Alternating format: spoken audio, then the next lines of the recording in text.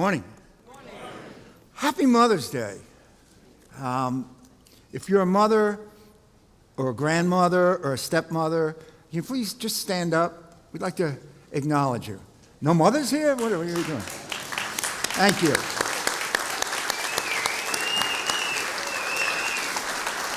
Beautiful, thank you. And for those of you who woke up this morning and said, I didn't get a card.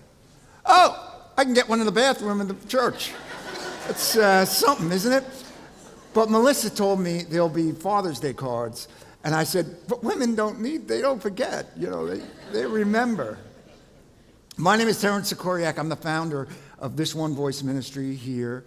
And in This One Voice, we take a look at the way we think, the way we feel, and the way we behave. And those are the things that govern the results we get in our lives. So if we're not happy with our results, then we can change the way we think, the way we feel, the way we behave. And This One Voice, we look at the voices that govern that part of our lives, and we change it for the voice of Christ.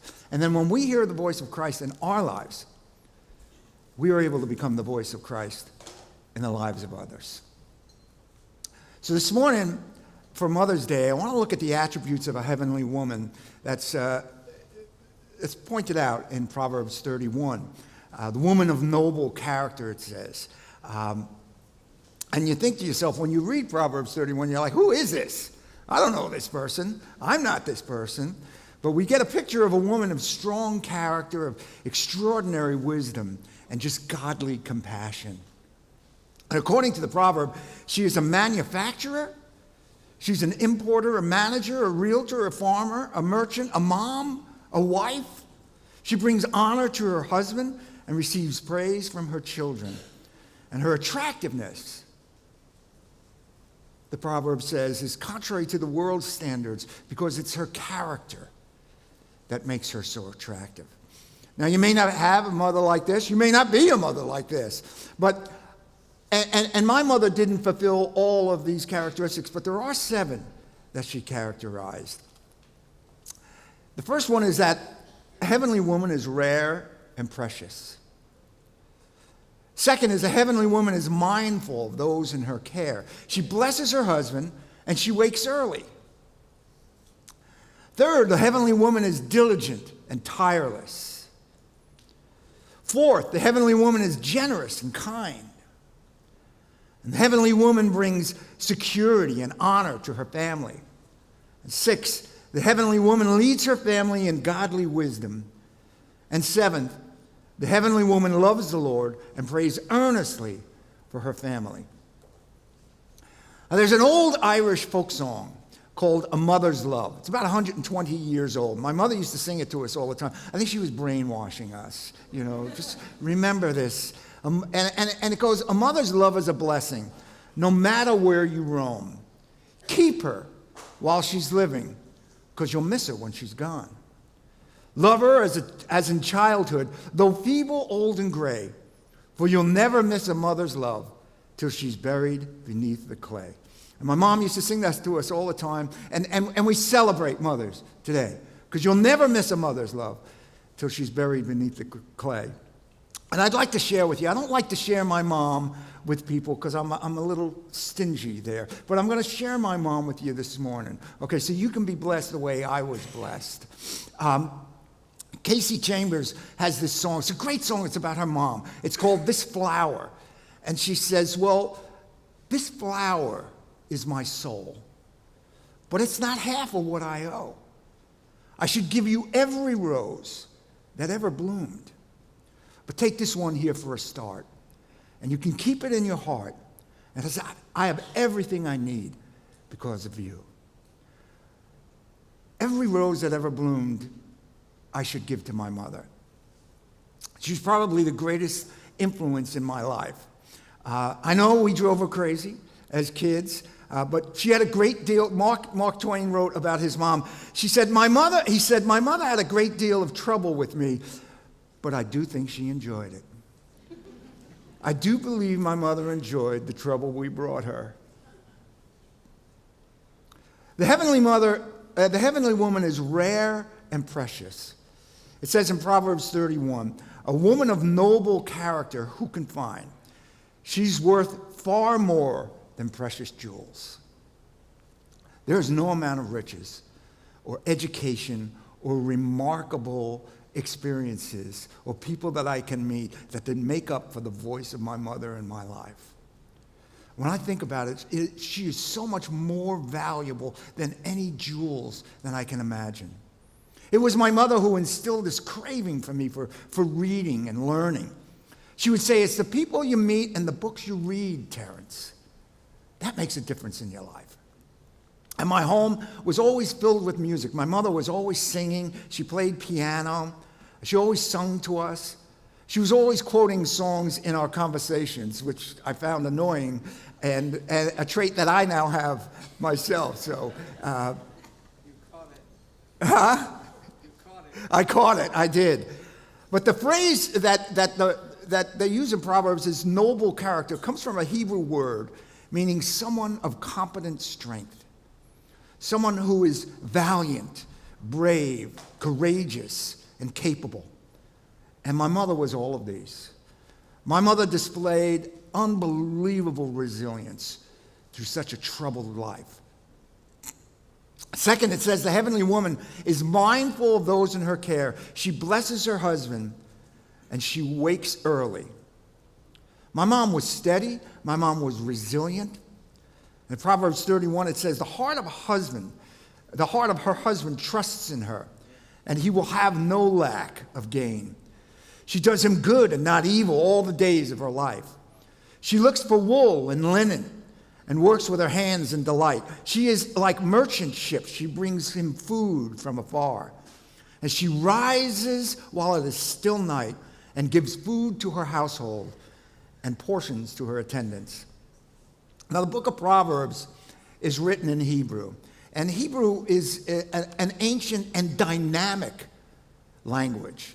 But sometimes one word has such a deep, deep meaning that the phrase, she rises while it's still night, actually means she rises with a plan and a purpose. Do your mornings have a plan and a purpose? And what does that mean? What does it mean to have a plan and a purpose? Now, how many people face the day haphazardly and just say, oh, let's just see how this unfolds? Well, that's not a plan and a purpose. A heavenly mother lives intentionally with a plan and a purpose. And the best way to start your day, and I know most people will know what I'm going to say, is to start it with gratitude. Before you even get out of bed, 3 things that you're grateful for. And if you think rising early is difficult, try not rising early. Right? In Proverbs 24, I love this section, 24:30. Proverbs 24:30. I went past the field of the sluggard. Boy, that's a word I want to bring back. Sluggard. Past the vineyard of the sluggard. Thorns had come up everywhere. The ground was covered with weeds, and the stone wall was in ruins. And I saw, and I paid attention. I observed, and I accepted a lesson. A little sleep, a little slumber, a little folding of the arms to lie down, and poverty will come upon you like a vagrant, and scarcity like a thief. If you want to live a life that's overgrown with weeds, broken down walls, and nothing in your pocket, sleep in. And my mother said, nobody's ever slept their way to prosperity. A little neglect can be disastrous because it adds up day after day after day. If you want to live a life that's more productive and mentally healthy and a blessing to everyone around you, wake up early and begin with gratitude, because that gratitude leaks on to everybody you meet. My mother woke up early and most days got us off to school. And what a great way to start the day. Man, my mother was so positive and encouraging. What a great way to start the day with a bright spirit and an encouraging word. And she taught us, show up early, show up prepared, and don't squander your time as if you had an endless supply. I mean, how many hours do we have in a day? 24, right? Not 36 or 40, right? 24. Everybody has the same amount of time. Don't squander it. because you can't get it back. Third, a heavenly woman is diligent and tireless. She considers a field and buys it. Out of her earnings, she plants a vineyard. She sets about her work vigorously. Her arms are strong for her tasks. She sees that her trading is profitable, and her lamp does not go out at night. My mother used to say, a mother's work is never done. A father's work is done. I'm done, I'm out, I'm retiring. But Lori McKenna, in her song, A Mother Never Rests, she writes, she only sits 4 minutes. She's a hummingbird in the living room. She's a silhouette smiling with the weight of the world on her chest. She'll move a mountain for you by the afternoon. A mother never rests. The heavenly woman is diligent and tireless. You all remember the comedian Milton Berle? Many of you may not remember Milton Berle. Milton Berle once said, though, if evolution really works, how come mothers only have 2 hands? Because mothers should have 8 hands, right? I mean, look at where your hands are all the time. You're feeding one kid, and you're changing the diaper, and your son is putting mashed potato in his sister's ears, right? Or giving her a haircut like my sons did. I was watching the kids one day, and my sons gave their sister a haircut. I don't know what happened. I turned my back, and they cut her hair. And the mother is diligent. A heavenly woman is generous and kind. She stretches out her hands to the distaff, and her hands grasp the spindle. She extends her hand to the poor, and she stretches out her hands to the needy. My home was always open to whoever. My mother welcomed everybody. She was a friend to anyone in trouble. As a matter of fact, one summer, we had a 10-man tent. We had this gigantic tent in our backyard, and we used to sleep out in there. And my brother's friend ran away from home. He was like 2 blocks away. He ran away from home, and he slept in our backyard that summer. And my mom called his mom and said, Bruce is here. Don't worry about him. We're feeding him. She would make him breakfast in the morning and dinner. It's like he ran away, sleeping in my tent, in my backyard, and my mother's feeding him. And she did that all the time. And people from my neighborhood, 60 years later, people from my neighborhood said, oh, your mom helped me out. Your mom taught me how to drive. And when she was older, my mom volunteered at a camp in Los Angeles for young gang members. And my mom was walking around with the gang members, and she learned all the signals and stuff, and she loved those kids. And she said, Terence, they're so damaged, they're so bruised. I can bring them some love. The Heavenly Mother brings security and honor to her family. Proverbs 31 says, when it snows, she has no fear for her household, for all of them are clothed in scarlet. She makes coverings for her bed, and she's clothed in fine linen and purple. Her husband is respected at the city gate, where he takes his seat among the elders of the land. The heavenly woman brings honor to her husband. She makes linen garments and sells them, and supplies merchants with sashes.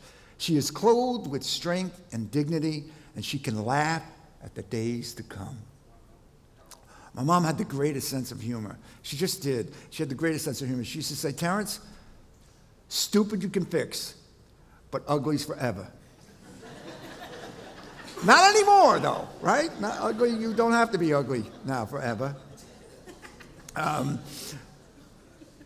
if you're ugly and stupid, that's really bad, right? Growing up, my dad was a very abusive alcoholic, and my home was never calm. It was never safe. It was always this chaos. But my mother, in that storm, showed us strength and dignity. And this is how you weather a storm. And amidst all that chaos, she always had time for us. And she made any time without him special. So my father was a New York City fireman, and sometimes he would work overnights. And the nights that he worked overnights, my mother would make that special. She'd take a tablecloth and she'd put it in the living room, and we'd have a picnic, and we'd play games, or we'd go to the movies, or sometimes she'd just take us to a Mets game. Those were the nights that were special. I remember those nights. My sister and I, when we talk about that, how great those nights were. It was just a very simple picnic in the living room. And one night my mom went out and she told us that she'd be home later. She had to go to a meeting. And when she came home, she told us that she'd been to an Al-Anon meeting, which is for families of alcoholics. And we were like, who's the alcoholic? She's like, Dad. We're like, oh, wow. And she explained to us the way we've been living is not normal. It's common, but it's not healthy. And we're not alone. There are other people in the same space that we are in, and things are going to change. And boy, things changed for my father then. With strength and dignity, my mother took charge. With strength and dignity, she changed the trajectory of our family by going to Al-Anon. I cannot emphasize that enough, that she was the hero in our family that changed things for us. We are all called to operate with strength and dignity. Do you operate with strength and dignity, or are you imprisoned by the childhood reactions that you've always used? Strength and dignity. The heavenly woman leads her family with godly wisdom. It says she opens her mouth in wisdom, and the teaching of kindness is on her tongue. She watches over the activities of her household and does not eat the bread of idleness. Her children rise up and bless her. Her husband also, and he praises her, saying, many daughters have done nobly, but you exceed them all. My mother never gave us a direct answer to any question, right? What should I do? Well, let me ask you a question. She'd always ask us questions leading us to the answers that we were looking for. Now, I found that annoying as a kid. Could you just tell me, Mom? Stop with the questions. But I see the power in that now. How she developed us character to solve our own problems. She's taught us accountability. Jim Rohn, one of my favorite authors, Jim Rohn, he says about accountability, accepting responsibility is one of the highest forms of human maturity. A willingness to be accountable, to put yourself on the line, is really the defining characteristic of adulthood. It is. With loving kindness, my mother led us to the answers we needed. So there was one time when I was in high school and my hair was long. And so we have a picture of just the grooviest guy in Clark High School. I mean, I'd have gone out with him. But my dad was always like, you look like a girl. I didn't know I had two girls. Well, I have another girl. Well, cut your hair. Why don't you, when you get out of high school, if you don't cut your hair, you got to leave my house. I was like, he was jealous of my look. I know he was. He's like, man, if I could be as cool as Terence, but he didn't approach it that way. So I said to my mom, should I get my hair cut? And she said, well, do you like it long? I said, well, yeah, maybe everybody's got it long. It took so long to grow it. I keep it clean. I keep it, I like it long. She said, oh, okay. And you like to do everything that everybody else does? Okay, Mom, no, I don't, but I like my hair long. And then she said, the only thing I don't understand is with such a nice looking face, why you'd cover it with your hair. That week I got my hair cut. She led us to the answers we were looking for by asking questions and letting us solve our own problems. The heavenly woman loves the Lord and prays earnestly for her family. Charm is deceitful and beauty is vain, but a woman who fears the Lord, she shall be praised. Give her the product of her hands and let her works praise her in the gates. My mom was a devout Irish Catholic woman. And so when I became a Christian in 1977, I was going to convert her to Christianity. And I took her down what we call the Roman road to share the gospel with her. And she listened so patiently and gave me great attention. And at the end, she said, Terence, I've always believed that. I've always loved Jesus. How do you think I made it? How do you think you made it? See, it was Jesus where I found my strength. I couldn't do it alone. How many afternoons I was sitting here alone praying to Jesus. My friends and I were, when we were teenagers, we were fairly reckless. I guess that's a good word for it. When we became Christians, we wondered, how did we survive? I mean, we were with guys who overdosed. We were with guys who went to jail. We were with guys who were in car accidents or got hit by cars. How did we make it? It was our mother's fervent prayers. Mothers never give up. Never give up. God hears your prayers. You all know St. Monica, who St. Monica is? St. Monica had a son who was a reprobate. He was a carouser. He was a womanizer. And he mocked her, his mother, for her faith. And she went to the bishop one day, Bishop Ambrose, and she said, I don't know if I can still pray for him. It's not working. God doesn't hear me. And the bishop said to her, Monica, the son of these tears and prayers shall not perish. Her son, Augustine, was baptized shortly before her death. A father of the church, Augustine. But not before her and him spent many years, many times, just talking about the mysteries of God. Don't give up, mothers. You may have an Augustine. My mom looked at me with that long hair. I guess she didn't figure I was ever going to be a pastor. If you have a prodigal child, don't give up praying. Don't give up praying. I'm going to share with you a video that our staff put together to honor our mothers. And this, for the mothers of the staff.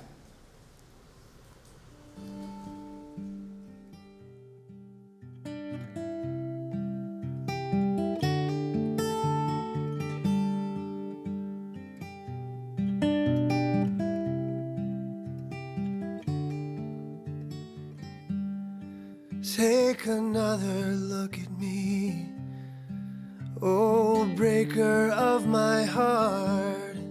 Take a look and you will see how beautiful you are. 'Cause even when I walk away, I could not go very far before the child in me would say, home is where you are.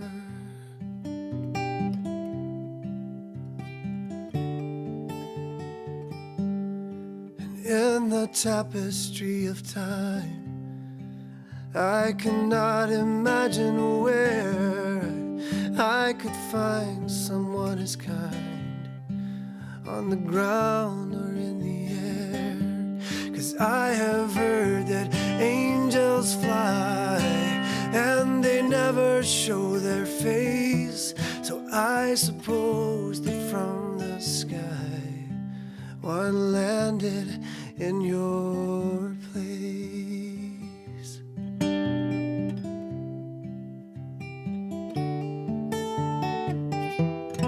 And did you know right from the start, when you first held me in your arms, that you would always hold my heart where you are?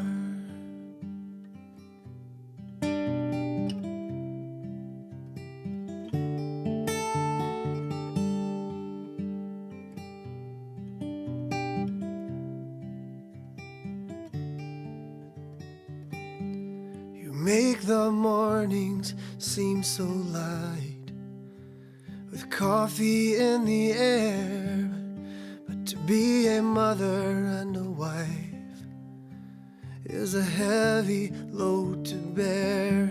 And so you gave your life away, like the God inside your heart. And even though we've gone away, home is where you are.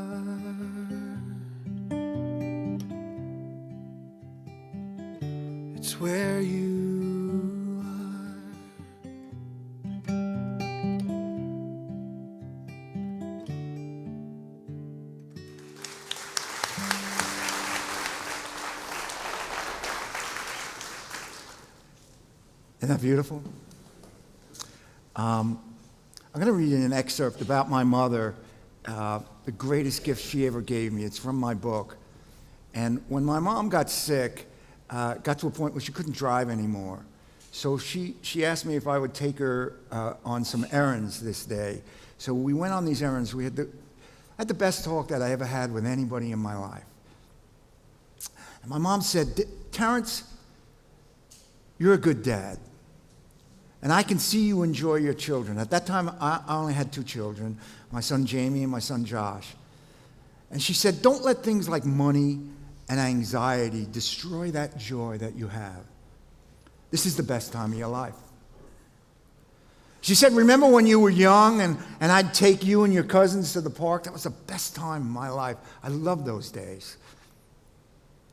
And Terence, when your children are older and you can play with them as toddlers and then help them in school, that's the best part of your life. When your children are teenagers, they may drive you crazy. You guys drove me crazy, but you know what? That was the best time of my life. That's the best time in your life. And then when your children are grown and you can relate to them parent to parent, like we're doing right now, that's the best time of your life. My mother was telling me that no matter what season I was in, to be in that season and to realize that that was the best season because it was the season I was in. And I never forgot that advice, never. As a matter of fact, I just got a text from my daughter a few days ago reminding me of that, how I taught her that. And she's looking at it and saying, this is the best time of my life. And the next day, after that talk, my mom passed away. And so, as a Mother's Day gift, I give you her advice. That no matter what season you're in, it's the best season you're in, because it's the season you're in. And so, I'll close with this song that I heard by Susan Werner that reminds me, it's my mom's voice. It's my mom's voice. It's called May I Suggest. It says, may I suggest to you, may I suggest this is the best part of your life. May I suggest this time is blessed for you. This time is blessed and shining almost blinding bright. There is a hope that's been expressed to you. The hope of 7 generations, maybe more. And this is the faith that they invest in you. It's that you'll do one better than was done before. Inside you know. Inside you understand. Inside you know what's yours to finally set it right. And I suggest to you, and I suggest this is the best part of your life. Happy Mother's Day. God bless you.